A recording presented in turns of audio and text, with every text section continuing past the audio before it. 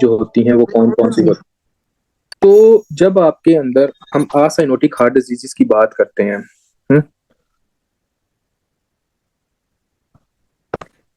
अच्छा जी।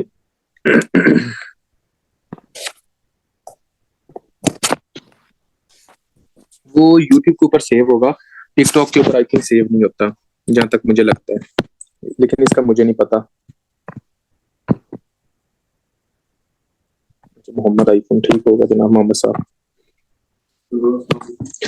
अच्छा बच्चों, हम लोग शुरू करते हैं। और सबसे पहले आप लोगों को पता होना चाहिए कि असाइनोटिक हार्ट डिजीजेस कौन कौन सी होती हैं और इसके हम किस वजह से आपका असाइनोटिक हार्ट डिजीजेस कहते हैं।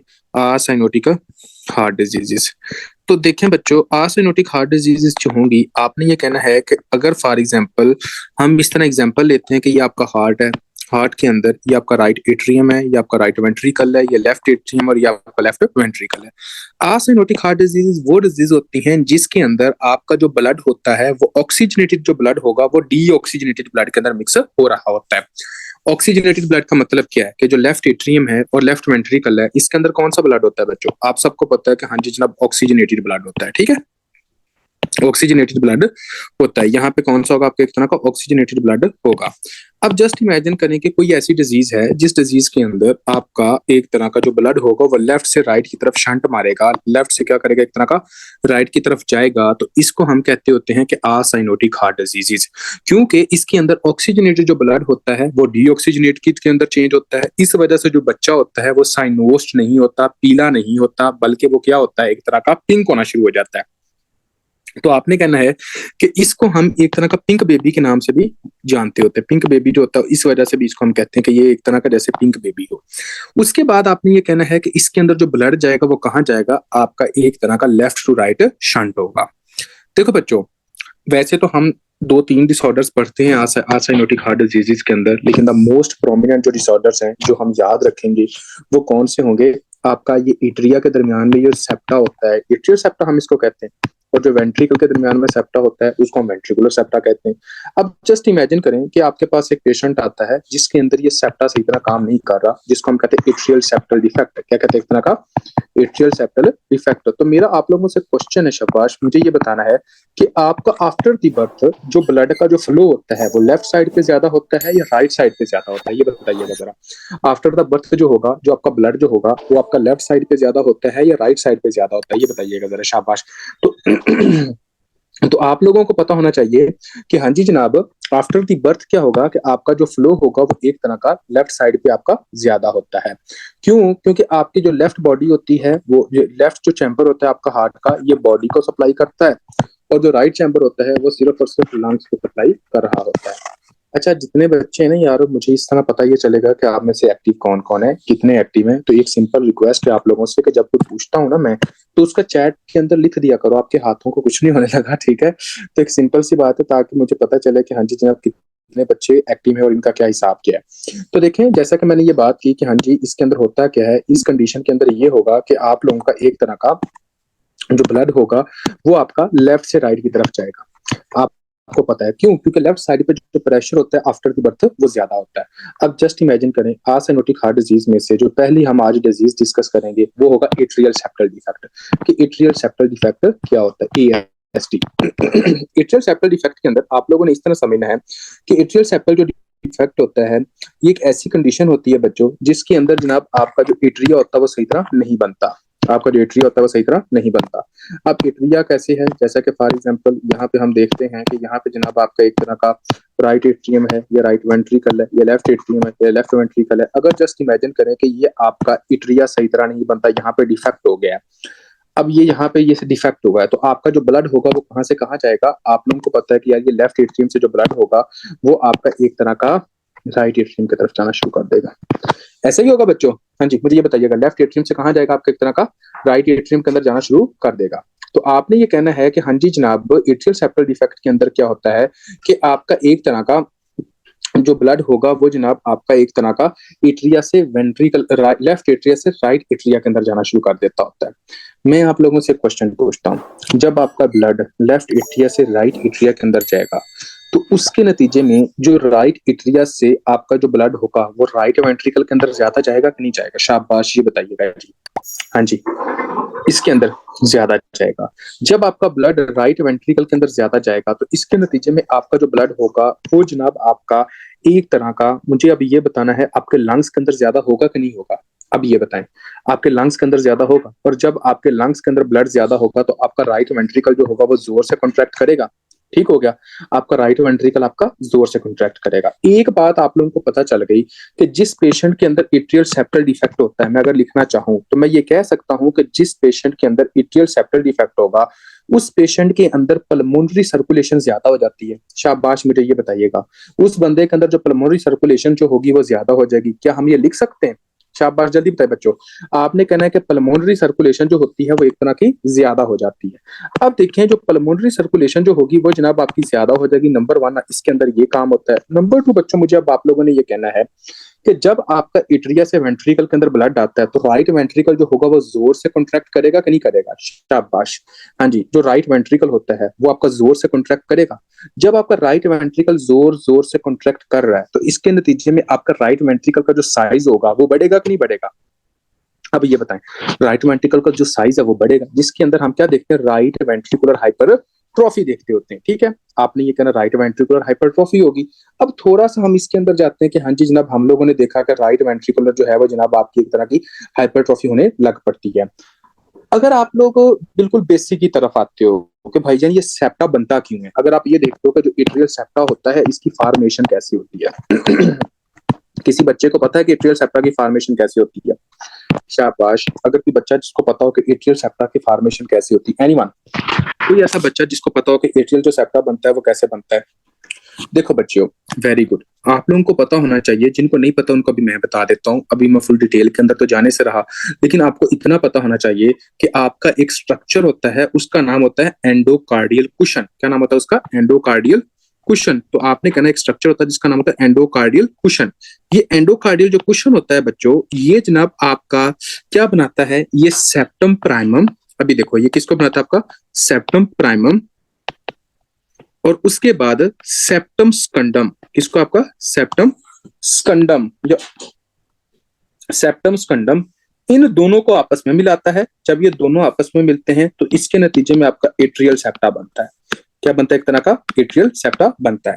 मेरा अगर आप लोगों से मैं एक तरह का क्वेश्चन पूछता हूँ, ठीक है, अगर फॉर एग्जांपल किसी बंदे के अंदर सेप्टम प्राइमम का मसला हो, या अगर किसी बंदे के अंदर एंडोकार्डियल कुशन का मसला हो, तो क्या उसके अंदर सेप्टम प्राइमम और सेप्टम स्कंडम बनेंगे? शाबाश, ये बताइएगा जी। अगर किसी बंदे का नहीं बने तो आप, अगर आपके पास कोई एएसटी का पेशेंट आता है जिसके अंदर एट्रियल सेप्टल डिफेक्ट हो, या जिसके अंदर एट्रियल सेप्टा सही तरह काम ना कर रहा हो, बात को थोड़ा सा गौर कीजिएगा बच्चों। अगर किसी के अंदर जनाब एट्रियल सेप्टा सही तरह काम ना कर रहा हो तो मुझे अब आपने बताना है कि हो सकता है कि उसके एंडोकार्डियल कुशन के अंदर मसला हो। ये पॉसिबिलिटी हो सकती है कि नहीं हो सकती? ठीक हो गया, आपने कहना है कि हो सकता है कि उसके जनाब एक तरह का एंडोकार्डियल कुशन के अंदर मसला हो। दूसरा, आप ये कह सकते हो कि हो सकता है कि भाईजान उसके अंदर सेप्टम प्राइमम सही तरह नहीं बना। समझ आ रही है? आपने क्या कहना, एक तरह का हो सकता है कि आपका सेप्टम प्राइमम सही तरह नहीं बना। नंबर टू, नंबर थर्ड, आपने ये कहना कि हो सकता है कि उसका सेप्टम स्कंडम सही तरह नहीं बना। ये तीन, अगर आपसे पूछा जाए इनमें से जो एग्जाम के अंदर क्वेश्चन आता होता है वो इस तरह क्वेश्चन पूछते होते हैं कि हाँ जी जनाब, most common defect scene in the atrial septal defect. वो ये पूछते थे most common defect scene in the atrial septal defect. तो आप लोगों ने कहना सेप्टम स्कंडम। इन सेप्टम स्कंडम जो होता है इसके अंदर मोस्ट कॉमन डिफेक्ट जो होता है वो जनाब सेप्टम स्कंडम के अंदर होता है। ठीक हो गया बच्चों? तो आपने कहना मोस्ट कॉमन जो डिफेक्ट है ये आपका एमसीक्यू कई दफा आया हुआ है, तो ये आपने कहना है कि हाँ जी जनाब, जो आपका सेप्टम स्कंडम होता है मोस्ट कॉमनली जो होता है ये वाला देखा जाता है। कोई ऐसा बच्चा जिसको समझ ना आए? शाबाश, एनीवन, मुझे ये बताइएगा, एनीवन? ओके होगा जी। अब आप लोगों को बच्चों यहाँ पे जो एमसीक्यूज और जहाँ पे जो मेन इंपॉर्टेंट जो चीजें पता चली हैं वो क्या पता चली हैं? अगर हम यहाँ से आगे जाते हैं, आपको ये चीजें पता चली हैं भाईजान, जो अभी मैं लिखता हूँ इधर से जो मेन इंपॉर्टेंट बातें हैं, आपने कहना है कि हाँ जी जनाब एएसटी के अंदर जो फीचर्स होते हैं वो कौन से होते हैं? आपने कहना है कि एएसटी के अंदर जनाब आपका राइट वेंट्रिकुलर हाइपरट्रॉफी होती है। एएसटी के अंदर जो पल्मोनरी सर्कुलेशन होती है वो आपकी ज्यादा हो जाती है। नंबर टू, नंबर थर्ड, आपने कहना है कि एएसटी के अंदर जो मोस्ट कॉमन डिफेक्ट होता है वो कौन सा था? आपका सेप्टम स्कंडम का होता है। ये देखें, अब मैं आप लोगों से ना आपकी बिल्कुल, हम जब बेसिक की बात करते हैं ना, बेसिक की, जब आप बिल्कुल फिजियोलॉजी की बात करते हो, आपने सेकंड हार्ट साउंड के अंदर स्प्लिटिंग सुना होगा, कोई लफ्ज के स्प्लिटिंग होता है, सुना होगा कि स्प्लिटिंग क्या होता है? हाँ जी। यहाँ पर कितने बच्चे मौजूद हैं जिनको ये पता हो कि स्प्लिटिंग क्या होता है? देखें, स्प्लिटिंग है क्या? आपने कहना होता है कि स्प्लिटिंग वो कंडीशन होती है जिसके अंदर जनाब आपकी एक तरह की फिजियोलॉजिकल स्प्लिटिंग भी होती है, ठीक है, एक तरह की पैथोलॉजिकल स्प्लिटिंग भी होती है। आपने स्प्लिटिंग के अंदर ये देखना है कि सेकंड हार्ट साउंड के अंदर ना थोड़ी सी अबनॉर्मेलिटी आती है, मतलब कि थोड़ा, जैसा कि फॉर एग्जांपल आप वीडियो एडिट करते हो ना, तो उसके अंदर जब आप कट करते हो तो वो पोर्शन जैसे वो कट होता है तो उसके बाद जो वीडियो शुरू होती है तो एक थोड़ा सा आपको फील होता है कि यार वीडियो शुरू हुई है, ठीक है। अब मतलब क्या है, नॉर्मल जो आपकी सेकंड हार्ट साउंड के अंदर जो आवाज होती है वो कैसे होती है? लब डब, क्या होती है? एक तरह की लब डब। अब इस स्प्लिटिंग के अंदर क्या होगा? लब ड्रब, लब ड्रब, लब ड्रब, यानी कि स्प्लिटिंग के अंदर ये होगा कि लब ड्रब। तो आपने ये कहना है कि हाँ जी जनाब, अब यहाँ पे आपने गौर करना है, मैं आप यहाँ पे आपका कंसेप्ट क्लियर करने लगा हूँ कि स्प्लिटिंग क्या होती कैसे है। इसके अंदर बच्चों आपने ये देखना, जस्ट इमेजिन करें, मैं आप लोगों से पूछता हूँ, अगर ये हम ईएसटी देख लें, क्योंकि हम लोगों ने चीजों को रट्टा नहीं लगाना, हमारे पास 20 दिन जो है वो बहुत ज्यादा है, और 20 दिन के अंदर हमने बहुत अच्छे तरीके से आपकी जो है ना वो इंशाल्लाह पीड्स को कवर कर लेना, जिसके अंदर मैं चाहता हूँ कि आपके हर तरह के कंसेप्ट क्लियर हों, आप लोगों को एक तरह का, हर तरह का जो एमसीक्यू किसी तरह का भी आते हो, हम 100% कवर करने की कोशिश करें। अगर इसके अंदर किसी तरह की कोई बेसिक की चीज आ रही है, हम वो भी कोशिश करें कि हमने बेसिक की चीज को भी कवर करना है, ताकि अगर बेसिक के अंदर आपको क्वेश्चन आता है तो आप उसको भी 100% एक तरह का कवर कर सको। हमारे पास अपना टाइम है, हम इंशाल्लाह 20 दिन, चलो ठीक, हम 25 दिन में कर लेंगे, कोई मसला नहीं, लेकिन हमारा मेन मकसद ये कि हमें चीजों को कंसेप्ट वाइज हमें पता होना चाहिए कि भाई हमने करना कैसे है। देखिए जी, आप लोगों को पता है कि फॉर एग्जाम्पल ये आपका एक तरह का आपका एट्रियल सेप्टा था, ठीक है बच्चों, आपको पता है इसमें ये डिफेक्ट आया, ये राइट एट्रिया था, ये लेफ्ट एट्रिया था, ये राइट वेंट्रिकल था, ये लेफ्ट वेंट्रिकल था। मेरा अब आप लोगों से क्वेश्चन है, जब आपका लेफ्ट एट्रिया से राइट वेंट्रिकल के अंदर ब्लड जाएगा, तो राइट एट्रिया से राइट वेंट्रिकल के अंदर ब्लड जाएगा कि नहीं जाएगा? शाबाश, ये बताइएगा जी, राइट एट्रिया से राइट वेंट्रिकल के अंदर जो ब्लड जाएगा वो जाएगा कि नहीं जाएगा? जल्दी जल्दी जल्दी मुझे रिस्पॉन्स आप लोगों को आना चाहिए, ताकि मैं आप लोगों को देखूं कि हाँ जी जनाब हो रहा है कहीं ओके हो गया। जब राइट एट्रिया से राइट वेंट्रिकल के अंदर जो ब्लड होगा वो ज्यादा जाएगा, तो इसके नतीजे में जो पल्मोनरी आर्टरी होगी, अब मुझे आपने ना थोड़ा सा बताना है, जब राइट वेंट्रिकल के अंदर जो ब्लड होगा वो ज्यादा चला जाएगा, तो लेफ्ट वेंट्रिकल के उतना जाएगा या कम जाएगा? शाबाश। जो राइट वेंट्रिकल के अंदर जब ब्लड जाएगा तो लेफ्ट वेंट्रिकल के भी अंदर उतना ही होगा या कम जाएगा? शाबाश दाऊद खान, आपने कहना कि लेफ्ट वेंट्रिकल के अंदर जो ब्लड होगा वो आपका कम होगा, लेकिन राइट वेंट्रिकल के अंदर जो ब्लड होगा वो आपका ज्यादा होगा। अब इस कंसेप्ट को थोड़ा सा गौर करना है, जब राइट वेंट्रिकल के अंदर ब्लड ज्यादा है तो राइट वेंट्रिकल को ज्यादा देर नहीं लगेगी इस चैम्बर को खाली करते हुए? शाबाश, ये बताइएगा जी, समझ आ रही है? राइट वेंट्रिकल को देर लगेगी ना इस चैम्बर को खाली करते हुए। जब राइट वेंट्रिकल को देर लगेगी इस चैम्बर को खाली करते हुए, तो बच्चों जो यहाँ पे सेकंड हार्ट साउंड आएगी, आपको पता है कि सेकंड हार्ट साउंड तब पैदा होती है जब आपका यहाँ पल्मोनरी और एओर्टिक वाल्व बंद होते हैं। तो पल्मोनरी और एओर्टिक वाल्व तभी बंद होंगे जब यहाँ से सारा ब्लड आपका बाहर निकल जाएगा, ठीक हो गया, तभी बंद होंगे ना। तो राइट वेंट्रिकल के अंदर ब्लड ज्यादा है, जब राइट वेंट्रिकल के अंदर ब्लड ज्यादा होता है तो इसके नतीजे में क्या होता है, इसके नतीजे में जो फ्लूइड होता है उसको ज्यादा देर लगती है बाहर निकलने में। जब उसके अंदर ज्यादा देर लगती है तो सेकंड हार्ट साउंड जो होती है वो कैसे पैदा होती है? लब ड्रब ड्रब। कैसे कैसे होती है? लब डब डब, लेकिन यहाँ पे क्या होगी? ड्रब ड्रब, ज्यादा देर लग रही है। समझ आई कि नहीं आई? शाबाश, कोई ऐसा बच्चा जिसको समझ ना आई? एनीवन? ओके ओके, अगर आपको पता चल गया। देखें, वो कंडीशन बच्चों जिस कंडीशन के अंदर, हाँ जी, P2 डिले हो जाएगी, आपकी जो P2 जो पल्मोनरी वेसल के ऊपर आपको सेकंड हार्ट साउंड सुनाई देगी वो थोड़ी सी देर आएगी, और एओर्टिक के ऊपर क्या होगी, एक तरह की आपको जल्दी सुनाई दे देगी। यानी कि लब ड्रब, जो डी है ना ड्रब, इसका जो डब है ड्रब, ये ए ड्रब है, और पी क्या है? रब। आपने ये कहना लब ड्रब, तो ये आपका थोड़ा सा जो फासला बन रहा है, इस कंडीशन को आपने क्या कहना है, जिसके अंदर एट्रियल सेप्टल डिफेक्ट होता है, ये जो स्प्लिटिंग होती है, इसको आपने कहना होता है fixed wide splitting. Fixed wide splitting mainly जिसको आपने टारगेट करना वो फिक्स्ड स्प्लिटिंग कहना बहुत इंपॉर्टेंट एमसीक्यूज है, ठीक हो गया?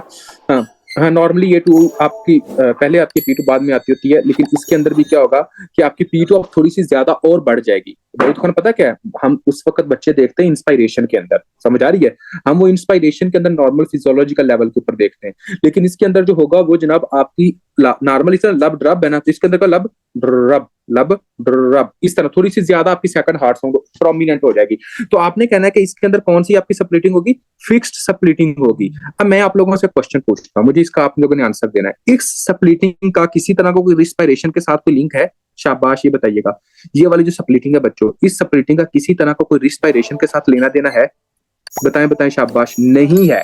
ये बहुत इंपॉर्टेंट एमसीक्यू है जो कई दफा एग्जाम के अंदर पूछा जाता है। एग्जाम के अंदर इस तरह क्वेश्चन आता है कि which of following splitting has no connection with respiration. तो आप लोगों ने कहना फिक्स स्प्लिटिंग, आप लोगों ने कहना एट्रियल सेप्टल डिफेक्ट।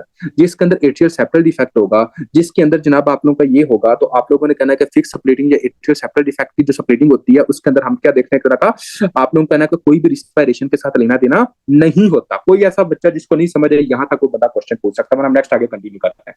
हाँ जी बच्चों, जल्दी बताइएगा, जल्दी जल्दी जल्दी जल्दी।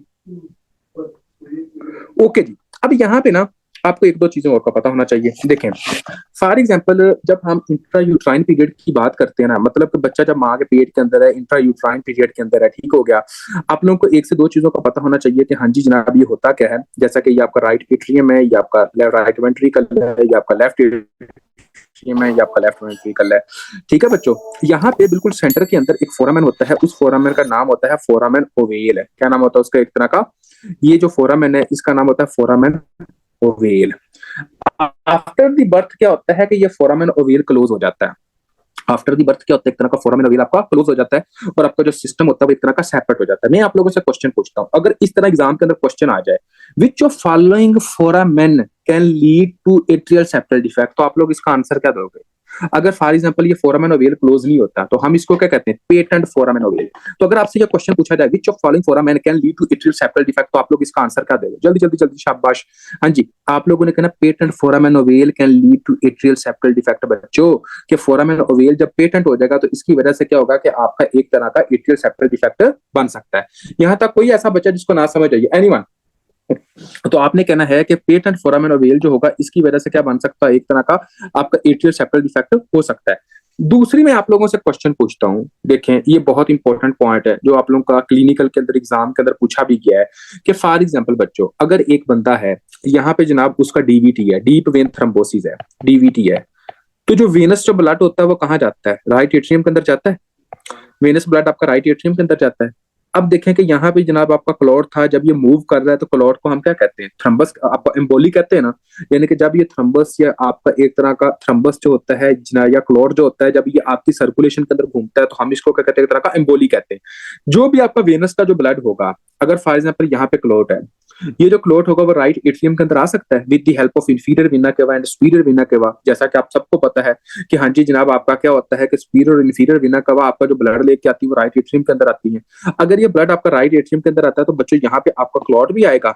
समझ आ रही है? क्लॉट आ सकता है कि नहीं आ सकता? अब देखिए अगर फॉर एग्जांपल आपके पास कोई ऐसा पेशेंट है जिसको एट्रियल सेप्टल डिफेक्ट है, तो ये जो क्लॉट है वो राइट एट्रियम से राइट लेफ्ट एट्रिया के अंदर जा सकता है? बिल्कुल जा सकता है। जब ये राइट एट्रिया से लेफ्ट एट्रिया के अंदर जाएगा, ठीक हो गया, तो उसके बाद ये लेफ्ट एट्रिया से लेफ्ट वेंट्रिकल के अंदर भी जा सकता है? बिल्कुल जा सकता है।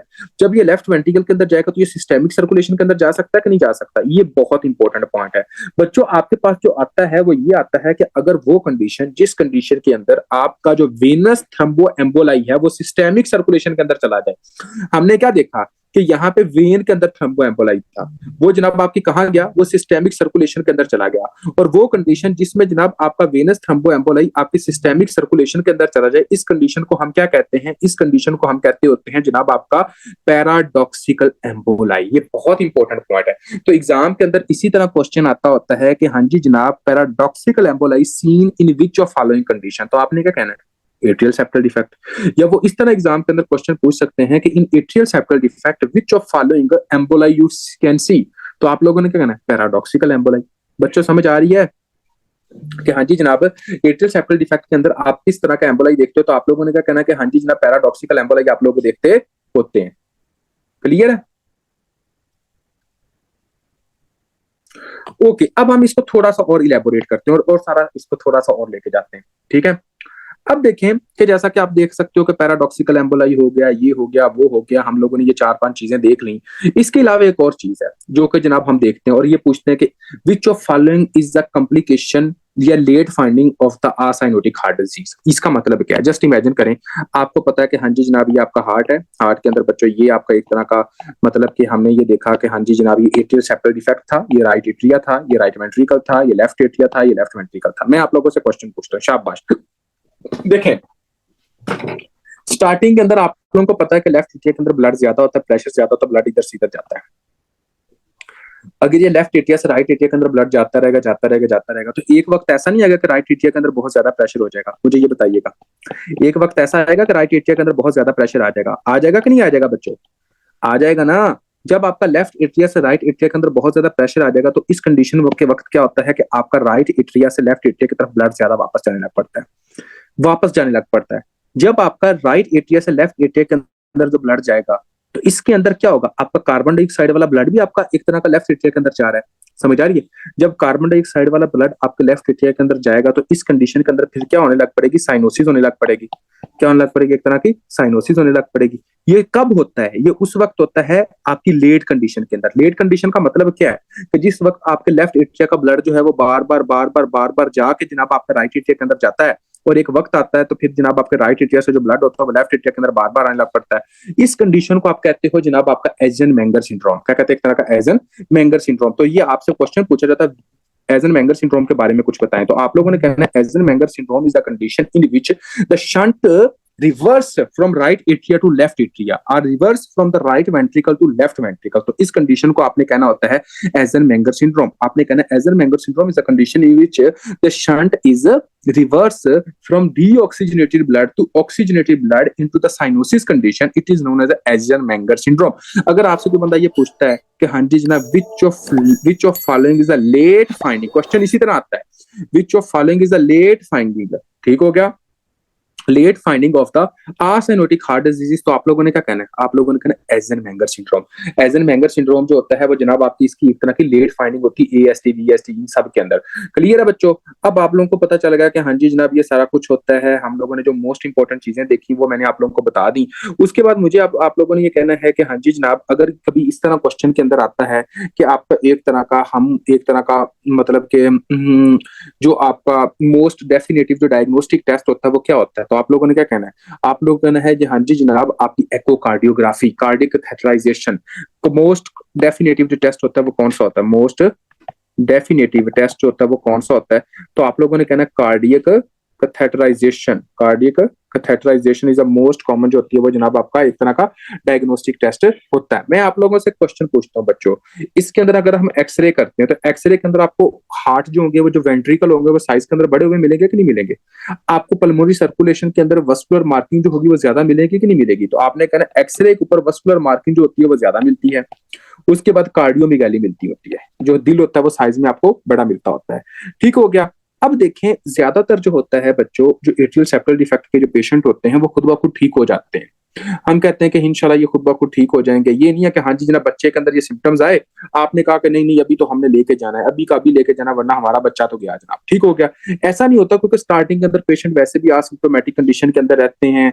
उसके बाद जनाब इसके अंदर जनाब को इस तरह की कंडीशन नहीं बनती, ठीक हो गया। और उसके बाद आपने कहना है कि हाँ जी जनाब अगर फिर भी ये कंडीशन कंटिन्यूसली रहे, ठीक होगा, तो आपने कहना होता है कि हाँ जी जनाब फिर हम इसके अंदर सर्जरी करते हैं जब सिम्प्टोमेटिक कंडीशन हो।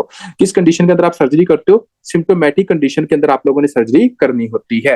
अब इसके अलावा मैं आप लोगों से क्वेश्चन पूछता हूँ, एएसटी तो आप लोगों का तकरीबन यहाँ पे कंप्लीट हो जाता है, जो कि एग्जाम के लिहाज से मोस्ट इंपॉर्टेंट पॉइंट्स होते हैं वो यहाँ तक आपके खत्म हो जाते हैं। लेकिन फिर भी मैं आप लोगों से कुछ क्वेश्चन पूछता हूँ, मैं आप लोगों से कुछ पॉइंट्स पूछता हूँ। मेरा आप लोगों से ये पॉइंट है, तो मुझे ये बता सकता है कि हाँ जी भाई क्या finding most cardiac catheterization. Cardiac catheterization आपका जो होता है वो जनाब आपका क्या होता है? एक तरह का मोस्ट इंपॉर्टेंट फाइंडिंग होती है बच्चे, मोस्ट इंपॉर्टेंट फाइंडिंग होती है, ठीक है।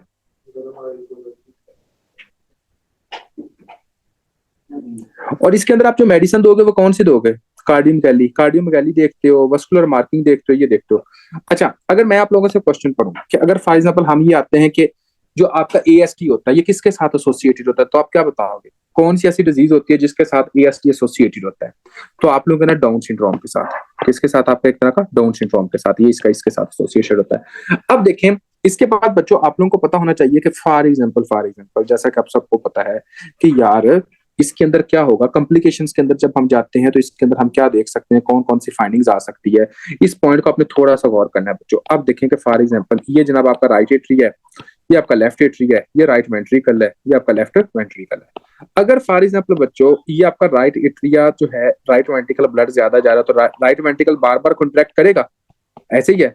फिर लेफ्ट वेंट्रिकल भी बार बार कॉन्ट्रैक्ट करे क्योंकि बॉडी को ब्लड नहीं मिल रहा, तो इनके अंदर क्या होगा कि आपका बाई वेंट्रिकुलर हाइपरट्रॉफी होना शुरू हो जाएगी। जब आपकी बाई वेंट्रिकुलर हाइपरट्रॉफी हो जाएगी, ठीक हो गया, मतलब कि आपका जो दिल होगा वो जनाब आपका साइज में बढ़ना शुरू हो जाएगा। जब आपका ये दिल जो होगा वो जनाब साइज में बढ़ेगा, तो मेरा आप लोगों से जो नेक्स्ट क्वेश्चन है वो बच्चों ये है कि मुझे आप लोगों ने बताना है कि आपका हार्ट फेलियर हो सकता है कि नहीं हो सकता। अगर ये हार्ट बार बार कॉन्ट्रैक्ट हो रहा है तो एक पॉइंट ऐसा नहीं आ सकता कि आपका पेशेंट होगा वो हार्ट फेलियर के अंदर चला जाएगा। अब देखिए हार्ट फेलियर के अंदर चला जाता है, जब ये पेशेंट हार्ट फेलियर के अंदर चला जाता है तो क्या आपकी बॉडी से जो फ्लूइड है वो बाहर निकल पाता है? जो आपकी बॉडी के अंदर, जो आपके हार्ट के अंदर जो फ्लूइड इकट्ठा हुआ जा रहा है वो बाहर निकलता है? वो नहीं निकलता। तो उस फ्लूइड को बाहर निकालने के लिए एक बहुत इंपॉर्टेंट एमसीक्यू आता है कि drug of choice in a patient of heart failure, के drug of choice in a patient of heart failure. तो आप लोगों ने कहना है कि हाँ जी जनाब, जो सबसे पहली हम जो एंटी हाइपरटेंसिव ड्रग यूज करते हैं वो होती है as inhibitors, angiotensin converting enzyme inhibitors. दूसरी कौन सी होती है आपकी, एक तरह की आप लोगों ने कहना डायोरेटिक्स। कौन सी डायरेटिक्स? वो ड्रग्स होती हैं जो कि आपको यूरिन को मतलब कि एक तरह का के जरिए आपकी फ्लूइड को अपनी बॉडी से बाहर निकालती हैं। लेसिक्स आपके लूप डायरेटिक्स में आती है। थायराइड डायरेटिक्स के अंदर आपकी और चीज है, लेसिक्स के नाम से इंजेक्शन आते हैं जो कि फिरोसीमाइड्स होता है। जब आप क्लिनिकल प्रैक्टिस करोगे, जब आप हाउस जॉब करोगे, तो उस वक्त आपका लेसिक्स के इंजेक्शन अन्य वहां लगेंगे, ठीक हो गया, तो आप लगाओगे कई मरीजों को। तो आपको देखो कि फॉर एग्जाम्पल इसके अंदर हम क्या करेंगे, ये सारी चीजें देंगे। और आपको पता है कि हार्ट फेलियर के अंदर क्या होता है कि एक टाइम आता है कि आपका हार्ट सही तरह कॉन्ट्रैक्ट नहीं करता। अब आप कॉन्ट्रैक्शन के लिए आप क्या दोगे? वो जो कि आपकी कॉन्ट्रैक्शन को ज्यादा करती हो, यानी कि आइनोट्रोपिक सब्जेक्ट, ठीक हो गया, आइनोट्रोपिक एजेंट आपका दोगे। एक तरह का आइनोट्रोपिक एजेंट आप बहुत ज्यादा देते हो। क्यों, आप सब इस्तेमाल कर रहे हो कि नहीं? ਉਹ ਸਰ ਮੈਂ ਕਹਿੰਦਾ ਜਿਹੜੇ ਮਰੀਜ਼ਾਂ ਨੂੰ ਨਹੀਂ ਨਾ ਦੇਣਾ ਉਹਨਾਂ ਨੂੰ ਵੀ ਲਾਜ਼ਕ ਲਵਾ ਦਿੰਦੇ उन्होंने भी ला देते हैं। ਆ ये फंक्शनल पेशेंट के अंदर हम बहुत ज्यादा यूज करते हैं। मतलब कि कई मरीज होते हैं ना जो फंक्शनल पेशेंट के साथ हमारे पास आते हैं, अब वो जानबूझ के जनाब उठ नहीं रहे। जैसा कि फॉर एग्जांपल जो फीमेल होती है उनकी रेशियो आप जब हॉस्पिटल के अंदर काम करोगी ज्यादा फंक्शनल पेशेंट के साथ आती हैं। जैसे कि वो कहता है मेरे पेट में दर्द हो गया है, मुझे मुझे दौरा पड़ गया है, और आप जब देखते हो कि बंदा तो बिल्कुल ठीक है, इसको ये है नहीं, और वो उठ ही नहीं रहा, आप कोशिश कर रहे हो नहीं उठ रहा, आप लेसिक्स का इंजेक्शन लगाते हो, 15 मिनट के बाद उसका जो ब्लैडर है वो फुल हुआ होता है। अब तो उसको उठना पड़ता है, समझ आ रही है? अब बेचारा जा उठ के जनाब आराम से वॉशरूम जाता है, चलो मैं यूरिन कर रहा हूँ। तो ये कंडीशन वहां पे भी बहुत अप्लाई होती है, हम खुद लगाते हैं। तो उसके बाद देखें बच्चों, अगर फॉर एग्जाम्पल आपने कहा कि हाँ जी जनाब इसके अंदर, एक बच्चे ने क्वेश्चन पूछा कि सर हम बीटा ब्लॉकर दे सकते हैं? बच्चों देखो, बीटा ब्लॉकर आप दो कंडीशंस के अंदर देखनी होती है। एक कंडीशन होती है कंपनसेटेड हार्ट फेलियर, एक होती है D compensated heart failure. Compensated heart failure का मतलब ये होता है कि जिस वक्त आपके हार्ट की रेट तो ज्यादा हो लेकिन कॉन्ट्रैक्शन कम हो जाए।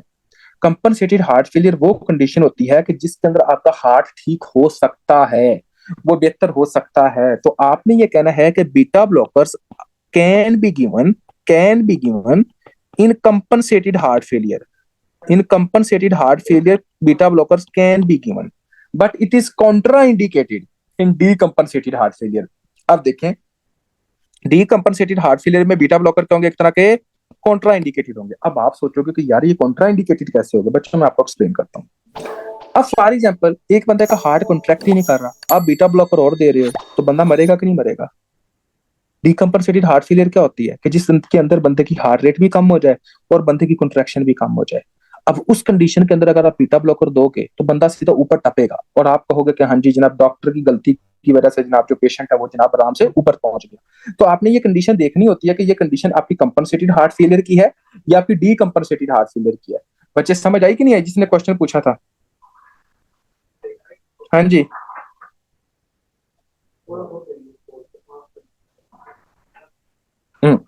ओके जी।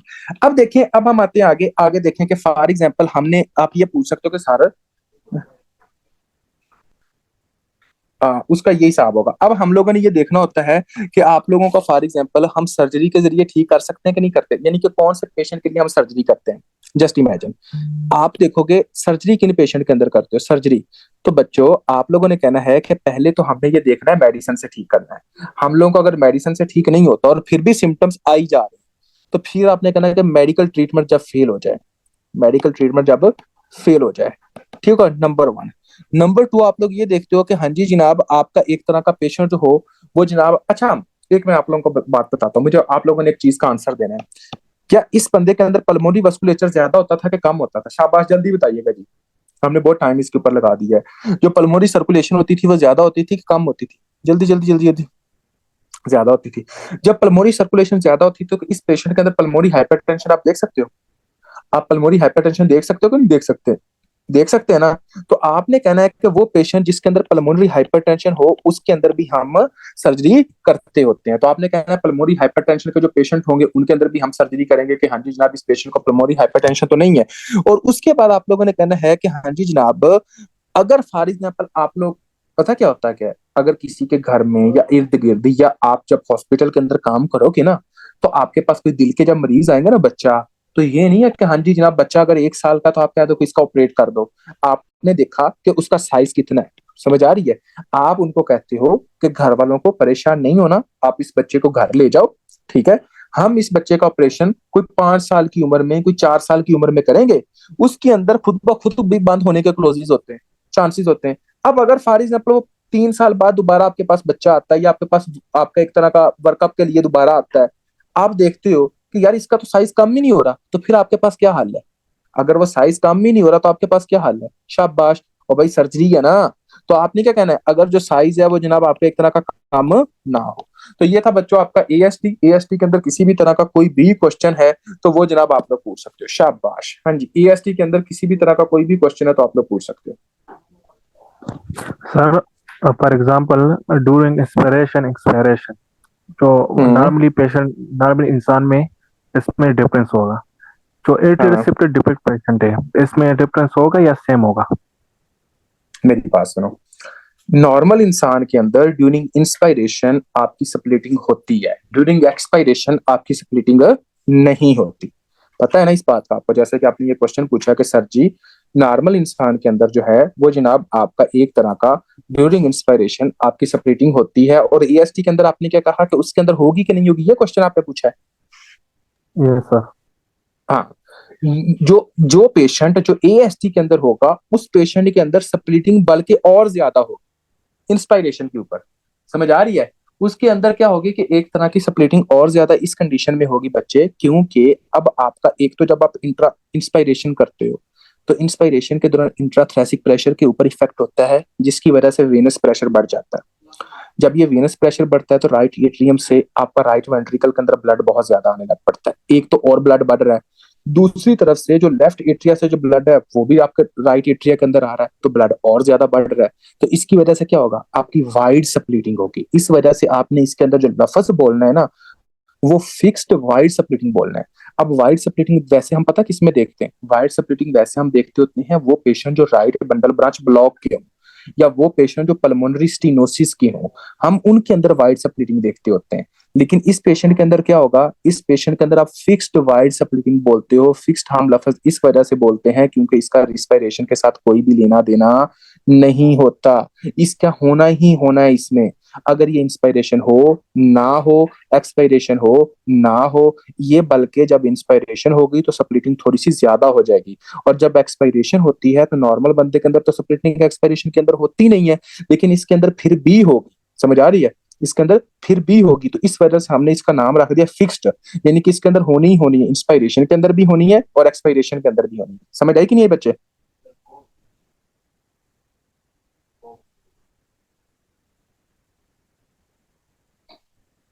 Hello, okay. अब हम आ जाते हैं बच्चों नेक्स्ट और आगे देखते हैं कि आगे का सीन है। देखो बच्चों, अब हम जैसा कि मैंने ये सारी चीजें आप लोगों को बता दी कि हाँ जी जनाब ईएसटी के साथ ही होता है, उसके बाद हमने ये कहना है कि हाँ जी जनाब इसका फीटल अल्कोहल सिंड्रोम के साथ भी एसोसिएशन होती है, फीटल अल्कोहल सिंड्रोम के साथ भी एसोसिएशन होती है। मैं एक बात आपको बता दूं जो मैं पढ़ा रहा हूँ ना, मैं 3-4 चीजों का मिक्सचर पढ़ा रहा हूँ। इसके अंदर एमटीपी के नोट्स भी हैं, इसके अंदर जनाब आपका एक तरह का यूएसएमएल स्टेप टू सीके भी हैं। बच्चे वाइड स्प्लिटिंग हम पल्मोनरी स्टीनोसिस के अंदर देखते हैं और राइट बंडल ब्रांच में देखते हैं। ठीक है, ये मैं जनाब अपनी मास्टर की बोर्ड से भी करवा रहा हूँ, कुछ मटेरियल मैंने कैप्लान से लिया हुआ है। तो अगर आप ये मेरा पढ़ाया हुआ नोट्स अगर आप बना लेते हो ना इसको, तो इंशाल्लाह आप किसी भी बुक से पढ़ोगे ना तो वो मटेरियल उधर लिखा होगा जो हम एनएलई के लिए तैयारी करते हैं, तो आपको इंशाल्लाह कोई और बुक यूज करने की जरूरत नहीं होगी। ठीक हो गया। उसके बाद आप लोगों ने कहना है कि हाँ जी जनाब इसके अंदर जो मरमर होगा वो कोई देखेंगे कि नहीं देखेंगे। शाबाश, मैं आप लोगों से ये क्वेश्चन पूछता हूँ। हाँ जी, इसके अंदर क्या एएसटी के अंदर कोई मरमर आप देखोगे? जल्दी जल्दी जल्दी जल्दी जल्दी, कौन सा मरमर होगा? शाबाश। देखो बच्चों, इसके अंदर आप दो तरह के मरमर देखते हो, दो तरह के मरमर देखते हो, दो तरह के। अब इस कंसेप्ट को थोड़ा सा गौर करना। देखो, अब जिस बंदे को बेसिक है ना अच्छी, वो बच्चा तो ये मरमर को डिस्कस, वो उसको तो समझ आ जाएंगे। जिस बच्चे को बेसिक ही नहीं है, मरमर का पता ही नहीं है, तो उसके बंदे के लिए तो समझना बहुत ज्यादा मुश्किल होगा। अब मैं आप लोगों से क्वेश्चन पूछता हूँ, जस्ट इमेजिन, मैं आपको बताता हूँ इसके अंदर दो तरह के मरमर होते हैं। कैसे? अब आप खुद सोचें। अब फॉर एग्जाम्पल बच्चों, राइट एट्रियम के अंदर जो आपका ब्लड आता है वो ज्यादा आता है कि कम आता है? शाबाश, ये बताइएगा। राइट एट्रिया के अंदर जो ब्लड आपका आता है वो ज्यादा आएगा कि कम आएगा? ज्यादा आएगा। अब ये वाल्व आपका तंग है, जब ये ज्यादा वाला ब्लड आपके तंग वाल्व के अंदर से आएगा तो इसके नतीजे में इस कंडीशन के अंदर आपकी कोई अबनॉर्मल साउंड पैदा हो सकती है? बताएं। शाबाश। जब ज्यादा वाला ब्लड एक छोटे से वाल्व के अंदर आएगा तो अबनॉर्मल साउंड पैदा होगी, तो आपको पता है मरमर पैदा हो गया। अब देखें, इस कंडीशन के अंदर आपका वेंट्रिकल रिलैक्स था या कॉन्ट्रैक्ट था? ये जो कंडीशन है, ये जो इसके अंदर जो आपका वेंट्रिकल था वो कॉन्ट्रैक्ट था या रिलैक्स था? वेंट्रिकल आपका रिलैक्स था। वो कंडीशन, जिस कंडीशन के अंदर आपका वेंट्रिकल रिलैक्स हो और अबनॉर्मल साउंड पैदा हो, इस तरह के मरमर को हम कहते हैं डायास्टोलिक मरमर। तो आपने ये कहना है इसके अंदर क्या होगा? एक तरह का डायास्टोलिक मरमर होगा। लेकिन वो मरमर जो कि जनाब माइट्रल स्टीनोसिस या पल्मोन आपका एक तरह का ट्राइकस्पिड स्टीनोसिस की वजह से मरमर हो, उसको हम कहते हैं मिड डायास्टोलिक मरमर। तो बच्चों, आप इसके अंदर एक तो देखते हो मिड डायस्टोलिक मरमर, समझ आ रही है? अब आपको इस कंसेप्ट की समझ आ गई होगी कि हाँ जी जनाब हम मिड डायस्टोलिक मरमर क्यों देखते हैं। वो इस वजह से देखते हैं क्योंकि राइट एट्रिया के अंदर फ्लूइड बहुत ज्यादा आता है। जब राइट एट्रिया के अंदर फ्लूइड बहुत ज्यादा आता है तो राइट वेंट्रिकल जैसे ही ये जाने लगेगा तो इसके अंदर से नॉर्मल साउंड पैदा करेगा। जब ये नॉर्मल साउंड पैदा करेगा तो इसकी वजह से जो साउंड आती है उसको हम मरमर कहते हैं। ये वाला जो मरमर होगा हम इसको कहते होते हैं मिड डायस्टोलिक मरमर। क्लियर हो गया बच्चों? अब आगे आ जाओ यार। जब ये बच्चों आपका यहाँ पे मिड डायस्टोलिक मरमर आ गया, ठीक है, अब वेंट्रिकल के अंदर भी बहुत ज्यादा ब्लड आ गया। जब ये वेंट्रिकल के अंदर भी ब्लड बहुत ज्यादा आ गया तो अब यहाँ से जब ये पल्मोनरी वाल्व से ये ब्लड गुजरेगा तो यहाँ पे भी अब नॉर्मल साउंड पैदा करेगा कि नहीं करेगा? जो पल्मोनरी वाल्व है यहाँ पे भी नॉर्मल साउंड पैदा करेगा ना। लेकिन जब ये वेंट्रिकल के आपके पल्मोनरी वाल्व से गुजरेगा तो ये तभी गुजर सकता ना जब आपका वेंट्रिकल कॉन्ट्रैक्ट करेंगे, ना कि वेंट्रिकल रिलैक्स करे तब करेगा। वेंट्रिकल कॉन्ट्रैक्ट करेंगे तो तभी आपका मरमर पैदा होगा ना। तो क्या देखते हैं? हाँ जी जनाब, हम इजेक्शन सिस्टोलिक मरमर देखते हैं। समझ आ गया? अब देखें बच्चों, जो आपका ट्राइकस्पिड स्टीनोसिस और इजेक्शन सिस्टोलिक मरमर आप देख रहे हो पल्मोनरी वाल्व के ऊपर, इसको हम कहते होते हैं ये राइट साइड है। समझ आ रही है? लेकिन हमने ये मरमर सुनना कहाँ पे होता है? लेफ्ट सेकंड इंटरकोस्टल स्पेस पे। आप ये सुनते किस जगह पे हो? लेफ्ट सेकंड इंटरकोस्टल स्पेस पे। अगर आपके पास कभी भी एग्जाम के अंदर क्वेश्चन आ जाता है, और मैंने एएसटी के अंदर मैंने मल्टीपल क्वेश्चंस लिखने हैं, मुझे आप लोगों ने बताते जाना कि सर इसका आंसर ये है, सर इसका आंसर ये। मैं आपको देखता हूँ कि हाँ जी जनाब कौन सा बच्चा जो है वो कितना एक्टिव है, ताकि मुझे भी पता चले ना कि हाँ जी जनाब जो मैंने पढ़ाया है उसको कुछ फायदा भी हुआ कि नहीं हो रहा। ठीक हो गया? मैं आप लोगों से कुछ क्वेश्चन पूछता हूँ। फॉर एग्जाम्पल बच्चों, मुझे अब आप लोगों ने ये बताना है कि which of following congenital defect is associated with Down syndrome? Mainly, which of following congenital defect is mainly associated with Down syndrome? ASD. Which of following most common defect in atrial septal defect? Which of following most common defect is seen in atrial septal defect? शाबाश। Septum कौन सा बच्चे? Septum स्कंडम। Very good, हो गया। उसके बाद बच्चों आपने ये मुझे बताना है कि हाँ जी जनाब आपका एक तरह का विच of following splitting can be seen in the atrial septal defect? Atrial septal defect. तो आपने क्या करना? Fixed wide splitting. Which of following emboli can be seen in the atrial septal defect?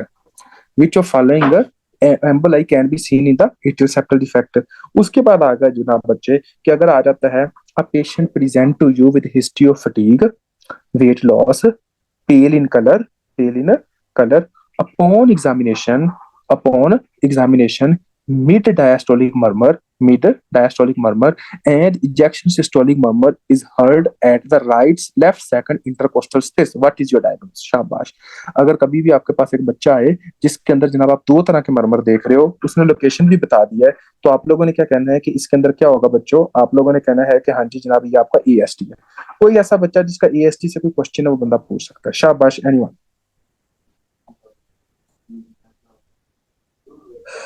Sir sir कुछ बुकों में लिखा है कि during inspiration में जो ब्लड ज्यादा आएगा बच्चे में, एक्सपायरेशन में इस तरह होगा कि ब्लड वापस जाएगा, लेकिन इसमें ना एट्रियल शिफ्ट डिफेक्ट है, तो इससे भी ब्लड आएगा। तो इसमें इंस्पिरेशन एक्सपायरेशन में जो है दोनों सेम होगा। फॉर एग्जांपल नाम एंड पर्सन में तो डिफरेंस है। सर आप कह रहे हैं कि इसमें मतलब इसमें इंस्पिरेशन और एक्सपायरेशन इससे कोई ताल्लुक नहीं है। कुछ बुक में लिखा है कि इसमें दोनों में सेम होगा एट्रियल डिफेक्ट पेशेंट में। नॉर्मल में बच्चे हम है अभी हम नॉर्मल है, तो हमारे में डिफरेंस है। मैं आपको एक बात बताता हूँ, जो उन्होंने ये बुक के ऊपर लिखी हुई ना बात, उसका मतलब ये है कि जब हम नॉर्मल बंदे की बात करते हैं तो इंस्पायरेशन के अंदर हमें मरमर मिलता है, एक्सपायरेशन के अंदर हमें मरमर नहीं मिलता। बात की समझ आ रही है? एक्सपायरेशन के अंदर मतलब कि स्प्लिटिंग हमें नहीं मिलती। ये स्प्लिटिंग की बात आप कर रहे हो, यही बात स्प्लिटिंग की कर रहे हो ना बात? हेलो? हाँ। अब देखो कि एक्सपायरेशन के अंदर आपको स्प्लिटिंग नहीं मिलती, लेकिन जब हम AST देखते हैं तो AST के अंदर आपके एक तरह के इंस्पायरेशन के ऊपर भी स्प्लिटिंग होती है और एक्सपायरेशन के ऊपर भी स्प्लिटिंग होती है। मतलब ये दोनों चीजों के ऊपर स्प्लिटिंग होती है। इस वजह से हम ये कहते हैं कि हाँ जी जनाब ये एक तरह का रिस्पायरेशन के ऊपर डिपेंडेंट नहीं होती। ये जनाब एक तरह का हो ना कि हाँ जी जनाब इंस्पायरेशन के ऊपर स्प्लिटिंग होगी या एक्सपायरेशन के ऊपर नहीं होगी, तो वो इस बेस के ऊपर उसने ये बात की हुई है। क्लियर हुआ ये पॉइंट? आपने एक बात बस अपने माइंड में रखनी है कि भाईजान जो हमारे पास पेशेंट आता है ना, उस पेशेंट के अंदर अगर आप ये देखो कि कौन सा, हाँ ये मिड डायस्टोलिक मर्मर ये सारा कुछ होगा। हाँ ये कुछ पॉइंट्स आपने देखने। मिड डायस्टोलिक मर्मर आप कहाँ पे सुनते हो? ट्राइकस्पिड वाल्व आपका कहाँ पे होता है? फोर्थ इंटरकोस्टल स्पेस के ऊपर। कहाँ पे होता है आपका? एक तरह का फोर्थ इंटरकोस्टल स्पेस के ऊपर। तो आपने कहना ये फोर्थ इंटरकोस्टल स्पेस पे आप सुनते होते हो। Left fourth intercostal space parasternal line, ये बेसिक है, उसको आपने देखना है। अच्छा जी, अब हम आने लगे हैं आपका VST। VST को बच्चों में जल्दी में बताऊंगा, इसको आप लोगों ने देखना है कि VST क्या होता है। देखिए बच्चों VST जो है वो आप लोगों ने कहना है कि ये वेंट्रिकुलर सेप्टल डिफेक्ट होता है। और VST के अंदर द मोस्ट इंपॉर्टेंट जो चीजें होती हैं जो आप लोगों ने अपने मायने में रखनी है वो ये है कि फॉर एग्जांपल आपने कहना है कि आपका ये जो पेशेंट होगा उसके अंदर फॉर एग्जांपल हम ये देखते हैं अभी, क्योंकि जिस बंदे ने वो याद कर लिया ना उसके लिए VST याद करना बहुत ईजी है। Right atrium, right ventricle, left atrium और लेफ्ट वेंट्रिकल। मुझे अब आप लोगों ने बताते जाना है। जब बच्चों आपका VST होगा तो VST के अंदर आपका लेफ्ट वेंट्रिकल से जो ब्लड होगा वो राइट वेंट्रिकल के अंदर ज्यादा आएगा कि नहीं आएगा? जल्दी जल्दी बताते जाइएगा, शाबाश। राइट वेंट्रिकल के अंदर ब्लड ज्यादा आएगा। जब राइट वेंट्रिकल के अंदर ब्लड ज्यादा आएगा तो आपके लंग्स के अंदर जो ब्लड है वो ज्यादा आएगा। पल्मोनरी वस्कुलेचर बढ़ेगा, नंबर 1।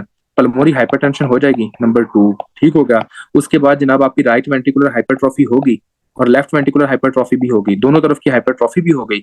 उसके बाद मुझे अब आप लोगों ने बताना है कि हाँ जी जनाब लेफ्ट वेंट्रिकुलर हाइपरट्रॉफी भी हुई, राइट वेंट्रिकुलर हाइपरट्रॉफी भी हुई, और इसके अंदर VST के अंदर आप एक मर्मर सुनते होते हो। वो मैंने कल क्लास के अंदर भी बताया था कि वो मर्मर आप VST के अंदर सुनते हो वो कौन सा मर्मर होता है? शाबाश, हाँ जी, होलो सिस्टोलिक मर्मर। होलो सिस्टोलिक मर्मर। तो कभी भी अगर बच्चे के अंदर एग्जाम के अंदर क्वेश्चन आ जाए, एक बच्चा आपके पास आता है उसको होलो सिस्टोलिक मर्मर है, तो इसका डायग्नोज क्या है? तो आप लोगों ने कहना है कि इसका जो डायग्नोज है वो एक तरह का VST है। ठीक हो गया। तो आपने ये दिखाना होता है कि हाँ जी जनाब इसके अंदर हम क्या सुनते हैं, एक तरह का VST करते होते हैं। अब देखो बच्चों, अगर आपसे ये पूछा जाए कि हाँ जी जनाब, जी फाद बोलो,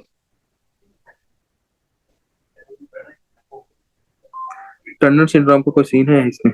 यार टर्नर सिंड्रोम का ऐसा कोई लेना देना नहीं होता इसके साथ, VST के साथ।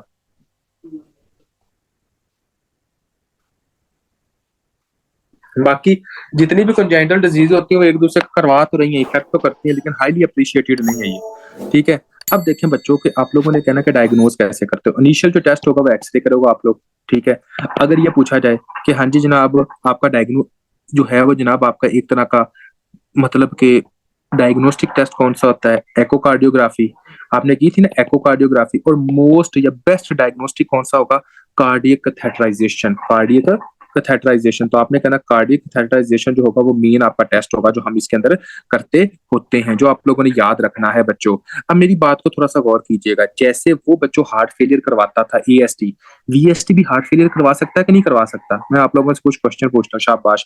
और वीएसटी भी हार्ट फेलियर करवा सकता है कि नहीं करवा सकता? तो बच्चों सिंपल सी बात है, वीएसटी भी आपका हार्ट फेलियर करवाएगा। तो जब बच्चों हार्ट फेलियर करवाएगा वीएसटी, तो इसके अंदर हम जो मेडिसिन देंगे वो कौन सी देंगे? पिछले बार याद करें, डायरेटिक्स देते थे, एस इनहिबिटर्स देते थे, हम इसके अंदर डायरेटिक्स और एस इनहिबिटर्स देंगे। अगर फॉर एग्जांपल एस इनहिबिटर्स और डायरेटिक्स काम ना करे तो फिर हम दूसरी तरफ कहीं आएंगे, ऐसे ही ना? फिर ही हम सोचेंगे ना कि हाँ यार किसी और पॉइंट की तरफ आते हैं। तो आप लोगों ने कहना है कि हाँ जी जनाब हम इसके अंदर डायरेटिक्स देते हैं और उसके बाद हम क्या देते होते हैं, एक तरह का आपने एस इनहिबिटर्स देनी होती है। ये आपको क्लियर हो गया होगा बच्चों। तो ये आपने कहना है कि हाँ जी जनाब वीएसटी। अगर कभी भी एग्जाम के अंदर पूछा जाए कि most common congenital heart disease कौन सी होती है, तो बच्चों आपने आंखें बंद करके कहना है कि हाँ जी जनाब मोस्ट कॉमन जो कंजेनिटल हार्ट डिजीज होगी वो वीएसटी, वेंट्रिकुलर सेप्टल डिफेक्ट जो होती है वो मोस्ट कॉमन हार्ट डिजीज होती है। ठीक हो गया बच्चों? उसके बाद आपने दो तीन चीजें और अपने माइंड में रखनी है कि जो वीएसटी होती है उस वो भी आपका डाउन सिंड्रोम के साथ एसोसिएटेड होती है। वो भी जनाब आपका एक तरह का ट्राइसोमी जितनी है उसके साथ ये इफेक्ट एसोसिएटेड होती है। जितने सर बच्चों में ये ड्रग देते हैं, कौन सी देखें? बच्चों में बिल्कुल ड्रग देते हैं, लेसिक्स बच्चों में देते हैं हम लोग। मैं जब आप लोग पीड्स करोगे, मैं जब पीड्स की रोटेशन कर रहा था और हमारे पास पल्मोनरी के पेशेंट्स आते थे जिनके हार्ट के साथ आते थे या पल्मोनरी एडीमा हुआ होता था, तो लेसिक्स तो आम चलता है, वैसे लेसिक्स हम बहुत ज्यादा देते हैं। मतलब कि जब आप ब्लड ट्रांसफ्यूजन बच्चों के अंदर करते हो ना, तो उस वक्त भी आप लेसिक्स देते हो। हाफ साहब आपने की थी पीड्स के नहीं? जी जी उस्ताद जी की थी। हाँ, तो उसके अंदर तो आप लोग जब भी ब्लड ट्रांसफ्यूजन करते हो तो लेसिक्स देते होगे। तो लेसिक्स वगैरह सर सारा कुछ चलता है 1 mg के हिसाब से। हाँ, ये सारा कुछ मेडिसिन जो है ना, ये आपकी डोज के हिसाब से ये चलती है, तो ये आपने देखना है। तो देखें जी, अब के फॉर एग्जांपल बच्चों इसके अंदर जितना छोटा डिफेक्ट होगा ना उतने जो सिम्टम्स होंगे वो कम होंगे, जितना बड़ा डिफेक्ट होगा सिम्टम्स उतने ज्यादा होंगे। ठीक हो गया? तो आपने कहना है कि हाँ जी जनाब जो सिम्टम्स होंगे वो क्या होंगे, एक तरह का उतने ज्यादा होंगे। उसके बाद बच्चों आप लोगों ने ये कहना है जी फहद।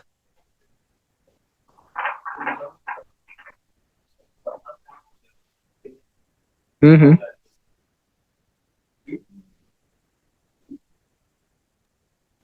कॉम्प्लिकेशन कुछ और ही इसके अलावा है, मतलब पोटेंशियल लेफ्ट वेंट्रिकल हाइपरट्रॉफी, ये इसी से पता लग जाता है कि वेंट्रिकल का इश्यू है तो वीएसटी है? नहीं नहीं नहीं नहीं, कभी भी आप ये नहीं कह सकते कि वेंट्रिकुलर हाइपरट्रॉफी है ये वो। आप इसके लिए कार्डियक कैथेटराइजेशन एको करोगे ना, एको के अंदर आपको पता चल जाता है, जैसा कि आपका अल्ट्रासाउंड होता है। ठीक हो गया? पेट के अंदर एक एक चीज का पता चल जाता है, दिल का अल्ट्रासाउंड वो होता है। और अगर आप कैथेटर इस्तेमाल करोगे तो आप कैमरे के जरिए देखते रहोगे कि सेप्टा ठीक है, सेप्टा बड़ा हुआ कि नहीं बड़ा हुआ, ये सारा कुछ आप करते हो। समझ आ गई कि नहीं आई?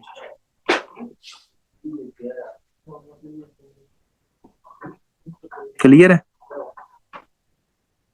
ओके बच्चों, तो आपने ये कहना होता है कि हाँ जी जनाब ये सारी चीजें आप एक तरह की देखते हो। बाकी अगर फॉर एग्जांपल वही सेम टू सेम लॉजिक यहाँ पे अप्लाई होते हैं, अगर आपसे की बंदा पूछता है कि भाई वीएसटी जो है, वीएसटी के अंदर हम कब ऑपरेट करें, क्या करना चाहिए, आपने कहना अगर फॉर एग्जांपल एक बंदा जिसका साइज का डिफेक्ट कम नहीं हो रहा उसके अंदर करें। आप कह रहे हो कि मेडिसिन देने के साथ सिम्टम्स जो है वो बंद नहीं हो रहे तब करें। ठीक हो गया? आपने ये सारी चीजें देखनी होती है कि उस वक्त आप ये सारा कुछ दे सकते होते हो बच्चों। अब मैं आप लोगों के सामने एक क्वेश्चन बोलूंगा और मुझे उसका आप लोगों ने एक तरह का आंसर बताना है कि सर इसका आंसर क्या है। हो सकता है इन वीएसटी एओर्टिक रिगर्जिटेशन हो सकता है इन वीएसटी, नॉट इतना अप्रिशिएटेड नहीं है कि वीएसटी के अंदर आपका कोई एओर्टिक रिगर्जिटेशन हो, क्योंकि आप लोगों का ये हो सकता है कि चलो ठीक है एक तरह का माइट्रल वाल्व से ब्लड पीछे जा सकता है, डायस्टोलिक रंबल आप सुन सकते हो, लेकिन एओर्टिक रिगर्जिटेशन जो है ना वो हमें बहुत मुश्किल ही है। कोई किसी जगह पे हो लिखा हो कि हाँ जी जनाब आप देख सकते हो, मुझे लगता है कि कोई लेना देना नहीं है इसके साथ। ठीक है? अच्छा बच्चों, अगर फॉर एग्जाम्पल आपके पास एक क्वेश्चन आता है और उस क्वेश्चन के अंदर ये लिखा जाता है, मैं आप लोगों से ऐसे चलो एक क्वेश्चन पूछ लेता हूँ।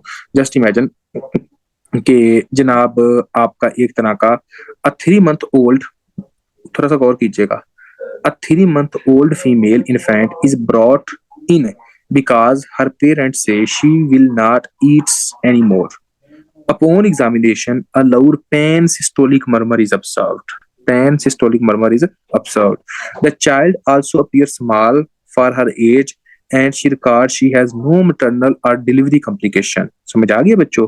Which of following finding you will see in this patient? कौन सी फाइंडिंग जो होगी वो आप इस पेशेंट के अंदर देखोगे, जिस पेशेंट के अंदर जनाब माँ बाप कहता है ये खाता पीती नहीं है, और उसके बाद ये जनाब आपका, मैं वैसे एक बार बता देता हूँ। देखो, आपके पास बच्चों एक पेरेंट्स आते हैं, वो अपने बच्चे के पास आता है, वो कहते हैं कि डॉक्टर साहब ये खाती पीती नहीं है, ये जनाब अपना उम्र से कम लगती है एक तरह की, इसकी उम्र इतनी है, और उसके बाद वो ये कहते हैं कि इसके अंदर आपने एग्जामिनेशन करते हो तो एग्जामिनेशन के अंदर आप कोलोसिस्टोलिक मरमर देखते हो। तो अगर आप इकोकार्डियोग्राफी करो तो इकोकार्डियोग्राफी के अंदर जो आपको फाइंडिंग मिलेगी वो कौन सी मिलेगी? शाबाश। जो आपको फाइंडिंग मिलेगी वो कौन सी मिलेगी? जल्दी बताएं। Balloon finding finding finding VST. शाबाश। आप वेंट्रिकुलर सेप्टल डिफेक्ट देखोगे यार। क्या देखोगे? एक तरह का वेंट्रिकुलर सेप्टल डिफेक्ट देखोगे, आप राइट वेंट्रिकुलर हाइपरट्रॉफी देखोगे, आप लेफ्ट वेंट्रिकुलर हाइपरट्रॉफी देखोगे, आप दोनों बाई वेंट्रिकुलर हाइपरट्रॉफी देखोगे। बिल्कुल आप ये देखते हो। समझ आ गई कि नहीं आई? अब देखें, वेंट्रिकुलर सेप्टल डिफेक्ट के अंदर एजन-मेंगर सिंड्रोम हम देख सकते हैं कि नहीं देख सकते? ओके, अब देखो फॉर एग्जांपल बच्चों, अ 3 month old female infant is brought in because her parents says she will not eat anymore. Upon physical examination, a loud pan-systolic murmur is observed. The child is appears smaller for her age. Which of following finding will be seen on echocardiography? हाँ जी, clear है? आगे चलें। शाबाश। इसके अंदर हम एजन-मेंगर syndrome देख सकते हैं? जल्दी बताएं, जल्दी जल्दी जल्दी।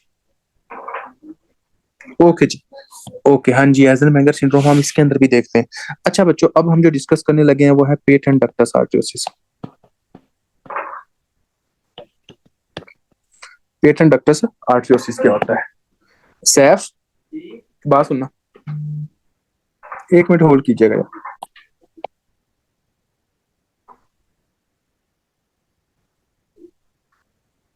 अभी हम जो टॉपिक डिस्कस करने लगे हैं वो क्या आपका एक तरह का पीडीए, जिसको हम कहते हैं patent ductus आर्टरियोसिस। Okay, patent ductus आर्टरियोसिस के अंदर क्या होता है बच्चों? देखें, पेटेंट डक्टस आर्टरियोसिस, सबसे पहले आपको पता होना चाहिए डक्टस आर्टरियोसिस है क्या। अब जस्ट इमेजिन करें कि आपका ये हार्ट है बच्चों, ये आपका राइट एट्रियम है, ये आपका राइट वेंट्रिकल है, ये आपका लेफ्ट एट्रियम है, ये आपका लेफ्ट वेंट्रिकल है, ठीक हो गया। और यहाँ से आपका एओर्टा निकलता है, यहाँ से आपकी पल्मोनरी आर्टरी निकलती है। पल्मोनरी आर्टरी कहाँ जाती है? आपके लंग्स के अंदर ब्लड देती है, और उसके बाद ये जनाब पल्मोनरी आर्टरी जो होती है, ये जनाब यहाँ पे और एओर्टा के दरमियान में बचपन के अंदर इंट्रा यूट्राइन पीरियड के अंदर आपकी एक डक्ट होती है जिसको हम कहते हैं डक्टस आर्टरियोसिस। अच्छा जी, ये डक्टस आर्टरियोसिस होती क्यों है? कोई बंदा बता सकता है इसकी वजह क्या है? हमें डक्टस आर्टरियोसिस की ड्यूरिंग बर्थ जो होती है वो जनाब वजह की जरूरत क्यों पड़ती है? शाबाश। लंग्स तो होते हैं लेकिन लंग्स की रेजिस्टेंस ज्यादा होती है, पल्मोनरी रेजिस्टेंस ज्यादा होती है, तो इस वजह से आपके लंग्स जो होते हैं वो सही तरह काम नहीं करते। तो आपका क्या होता है कि पल्मोनरी जो ब्लड होता है वो जनाब आपका एक तरह का एओर्टा के अंदर आ रहा होता है।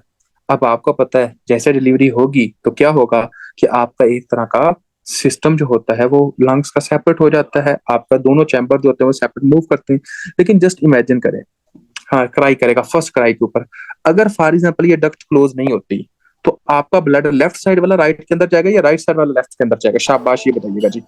अब आपने ये बताना है, जो लेफ्ट साइड वाला ब्लड वो जाएगा कि हाँ जी जनाब एक तरह का राइट साइड जाएगा?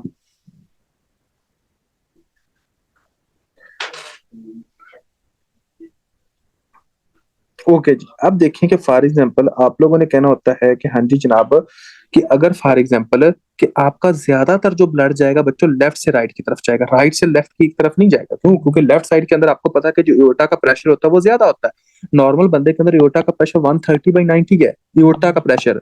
तो एओर्टा का प्रेशर तो आपके पल्मोनरी आर्टरी से 1000 गुना ज्यादा होगा। मतलब यहाँ पे जो होता है पल्मोनरी आर्टरी के अंदर सिर्फ 25 होता है प्रेशर, तो ये 130 है, तो आपका लेफ्ट से राइट के अंदर जाएगा। ठीक है, जब आपका लेफ्ट का ब्लड आपके राइट के अंदर जाता है तो आपका ऑक्सीजनेटेड आपके डीऑक्सीजनेटेड ब्लड के अंदर मिक्स हो रहा है? बिल्कुल हो रहा है। जब आपका ऑक्सीजनेटेड ब्लड जो होता है वो डीऑक्सीजनेटेड ब्लड के अंदर मिक्स हो रहा है, तो हम इसके अंदर ये कह सकते हैं कि हाँ जी जनाब इस कंडीशन के अंदर आप क्या देखते हो? तो आप लोगों ने कहना है कि जब आपका ऑक्सीजनेटेड ब्लड जो होता है वो डीऑक्सीजनेटेड ब्लड के अंदर मिक्स होता है तो आप लोगों ने कहना है कि ये साइनोटिक हार्ट डिजीज होती है। ठीक हो गया? तो आप लोगों ने क्या कहना है कि हाँ जी जनाब ये कौन सी कंडीशन होगी? आपका एक तरह का असाइनोटिक हार्ट डिजीज होती है। एक बहुत इंपॉर्टेंट एमसीक्यू है, वो क्या है? Which of following type of the murmur is seen in the patent ductus arteriosus? तो बच्चों आप लोगों ने कहना है मशीनरी मरमर। समझ आ रही है? ये एमसीक्यूज मैंने 1000 दफा कहीं देखा होगा। आपने कहना machinery murmur is seen in the patient of the patent ductus arteriosus, ठीक हो गया। तो आपने कहना कि हाँ जी जनाब, जो पेटेंट डक्टस आर्टरियोसिस होते हैं वो जनाब आपके एक तरह के मतलब के आपके ये होते हैं। उसके बाद एक और क्वेश्चन आता होता है जो कि आप लोगों को पता होना चाहिए कि मोस्टली आपका जो पेटेंट डक्टस आर्टरियोसिस होता है वो जनाब आपका कब क्लोज हो जाता है, कब होता है। अगर कभी भी एग्जाम के अंदर क्वेश्चन आए ना कि किस वक्त आपका जो पेटेंट डक्टस आर्टरियोसिस जो होता है वो क्लोज हो जाता है, आपका डक्टस आर्टरियोसिस उस वक्त क्लोज होता है जब आपका प्रेशर 50 mmHg से ज्यादा हो जाए, 50 mmHg से ज्यादा हो जाए। मेरा अब आप लोगों से क्वेश्चन है, अगर फॉर एग्जाम्पल, ठीक हो गया, अगर फॉर एग्जाम्पल कि किसी बंदे के अंदर 50 mmHg से प्रेशर ज्यादा नहीं हुआ तो क्या उसके अंदर डक्टस आर्टरियोसिस जो होगा वो क्लोज होगा? शाबाश। क्या उसके अंदर डक्टस आर्टरियोसिस जो होगा वो क्लोज होगा? जल्दी करें जल्दी करें जल्दी करें।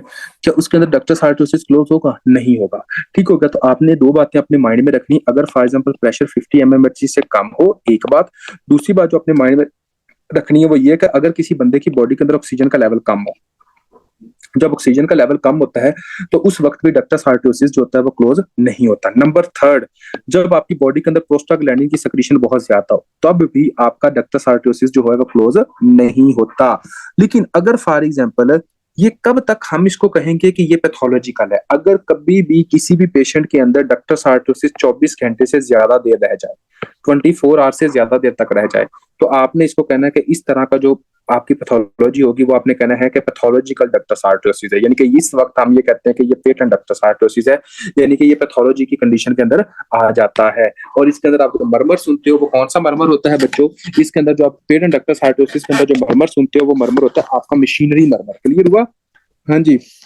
उसके बाद देखें जी, ये आपको पता चल गया कि इसके अंदर हम मशीनरी मरम्मत देखते होते हैं। उसके बाद आप लोगों ने ये कहना होता है कि हाँ जी जनाब, एक तरह का बच्चों के एकोकार्डियोग्राफी जो होता है इसके अंदर बेस्ट इनिशियल टेस्ट होता है। इसके अंदर आपने एक्सरे इनिशियल टेस्ट नहीं होता, आपने कहना एक्को जो होता है वो बेस्ट इनिशियल टेस्ट होता है। अगर पूछा जाए कि बेस्ट इनिशियल टेस्ट कौन सा है तो आप लोगों ने कहना कि एक्को। लेकिन मोस्ट एक्यूरेट टेस्ट कौन सा होता है? Cardiac catheterization. यहाँ पे बहुत बच्चों ने गलती करते हैं, पूछा जाता है कि बेस्ट डायग्नोस्टिक टेस्ट क्या है, हर बंदा एक्को लगा के आ जाता है, लेकिन कार्डियक थेटराइजेशन आपका बेस्ट डायग्नोस्टिक टेस्ट होता है, ये याद रखना है। लेकिन बेस्ट इनिशियल कौन सा होता है? आप लोगों ने कहना एकोकार्डियोग्राफी। लेकिन कार्डियक थेटराइजेशन की बात आप करोगे कि जब जनाब इसका एक तरह का बेस्ट डायग्नोस्टिक होगा। इनिशियल और डायग्नोस्टिक का फर्क आप लोगों ने लाजमी गौर करना है। ठीक हो गया। अब इसके बाद मैं आप लोगों से क्वेश्चन पूछता हूँ, अगर फॉर एग्जाम्पल बच्चों आपका ये ब्लड जो है, देखें ये आपका एक तरह का पल्मोनरी इओर्टा के अंदर ब्लड जा रहा है, समझ आ रही है? इओर्टा के अंदर इस तरह से इधर ब्लड जा रहा है इओर्टा से। मेरा आप लोगों से ये क्वेश्चन है, जब ये इओर्टा से इधर ब्लड जाएगा और उसके बाद ये लंग्स के अंदर जाएगा, क्या आपका लेफ्ट वेंट्रिकल जोर से कॉन्ट्रैक्ट नहीं करेगा क्योंकि बॉडी को ब्लड नहीं मिल रहा? शाबाश, ये बताइएगा जी। हाँ जी, आपका एक तरह का जो इओर्टा होगा वो जनाब लेफ्ट वेंट्रिकल जोर से कॉन्ट्रैक्ट करेगा। जब आपका लेफ्ट वेंट्रिकल जोर से कॉन्ट्रैक्ट करेगा तो इसके नतीजे में आपकी बॉडी के अंदर लेफ्ट वेंट्रिकुलर हाइपरट्रॉफी होगी कि नहीं होगी? आपकी बॉडी जो होगी वो जनाब उसके अंदर जनाब आपका लेफ्ट वेंट्रिकुलर हाइपरट्रॉफी नहीं होगी? बिल्कुल लेफ्ट वेंट्रिकुलर हाइपरट्रॉफी होगी। मेरा अब आप लोगों से क्वेश्चन है, क्या इस बंदे के अंदर राइट वेंट्रिकुलर हाइपरट्रॉफी भी होगी? क्या इस बंदे के अंदर राइट वेंट्रिकुलर हाइपरट्रॉफी भी होगी? बताएं, इस पेशेंट के अंदर आप राइट वेंट्रिकुलर हाइपरट्रॉफी देखेंगे? नहीं देखेंगे। वेरी गुड तहसीन। क्यों नहीं देखेंगे भाईजान? मसला जो है वो तो वेसल्स का है, दिल के तक तो बात ही नहीं पहुंचती। तो आप इसके अंदर लेफ्ट वेंट्रिकुलर हाइपरट्रॉफी देखते हो। जिस पेशेंट के अंदर लेफ्ट वेंट्रिकुलर हाइपरट्रॉफी होती है उस पेशेंट के अंदर ईसीजी के अंदर लेफ्ट एक्सिस डेविएशन होता है। कौन सा एक्सिस डेविएशन है? ईसीजी के ऊपर आप क्या देखोगे? लेफ्ट एक्सिस डेविएशन देखोगे। ठीक है बच्चों, लेफ्ट एक्सिस डेविएशन देखोगे। ये भी आपका इंपॉर्टेंट एमसीक्यूज आता होता है कि जब आपका लेफ्ट एक्सिस डेविएशन आप किस कंडीशन में देखते हो, तो आप लोगों ने कहना लेफ्ट वेंट्रिकुलर हाइपरट्रॉफी की कंडीशन में आप लोग देखते होते हैं। और कभी भी अगर एग्जाम के अंदर क्वेश्चन आ जाए कि best initial treatment of the patent ductus आर्टरियोसिस, तो आप लोगों ने बच्चों कहना होता है non steroid anti inflammatory drugs, indomethacin. आपने क्या कहना? एक तरह का इंडोमेथासिन। कि हाँ जी जनाब, आपकी एक तरह की इंडोमेथासिन जो होगी जनाब हम इसके अंदर ये देखते होते हैं। ठीक होगा बच्चों, इंडोमेथासिन आपने ये देना होता है। कि उसके बाद आपने कहना है best initial treatment, best initial treatment for the patent ductus आर्टरियोसिस।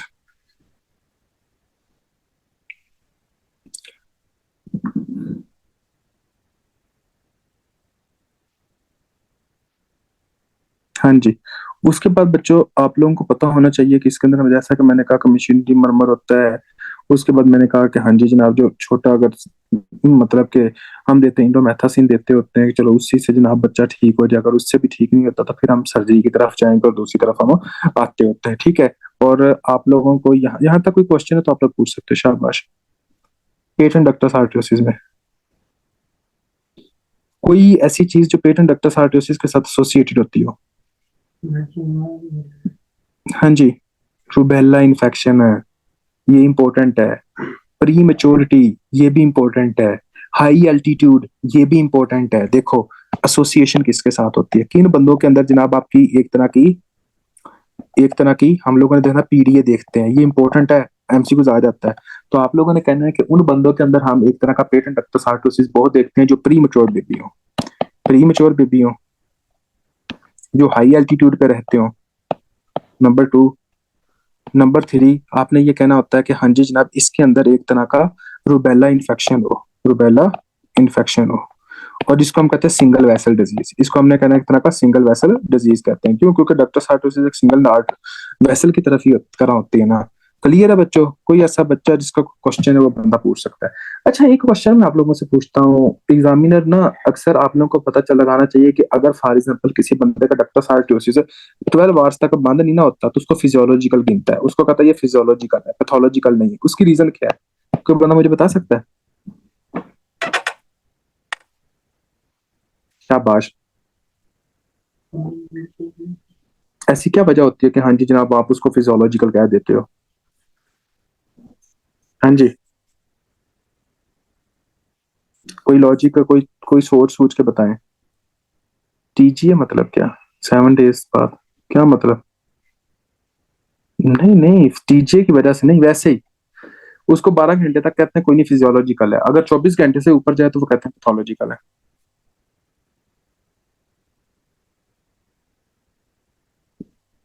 चलो मैं ही बता देता हूँ। देखो बच्चों, वजह पता क्या होती है? प्लेसेंटा जो होता है ना वो जनाब लगा हुआ होता है।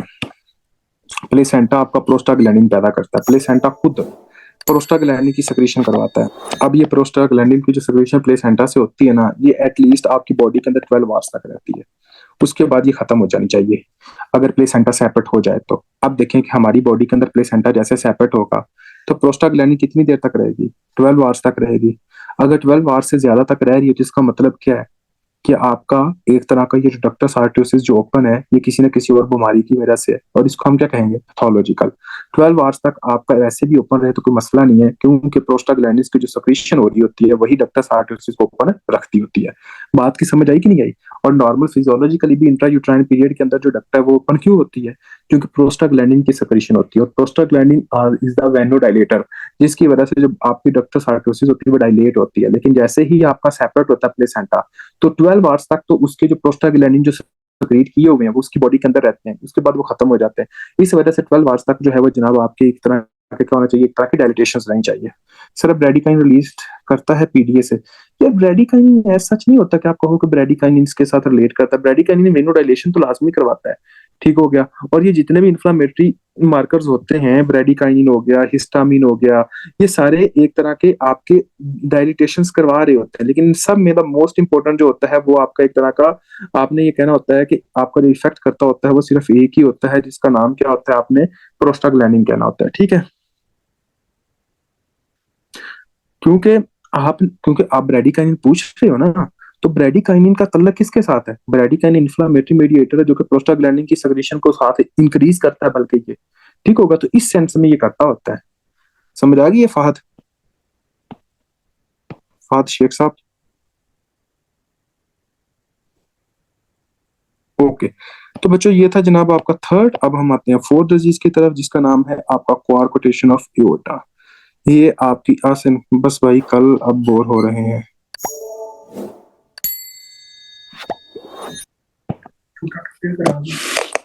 क्वारकोटेशन ऑफ एओर्टा देख लें जैसा आप सारे कहते हो। भाई कल करवा देना, उसके बाद नेक्स्ट क्वेश्चन जो होगा वो स्टार्ट कर।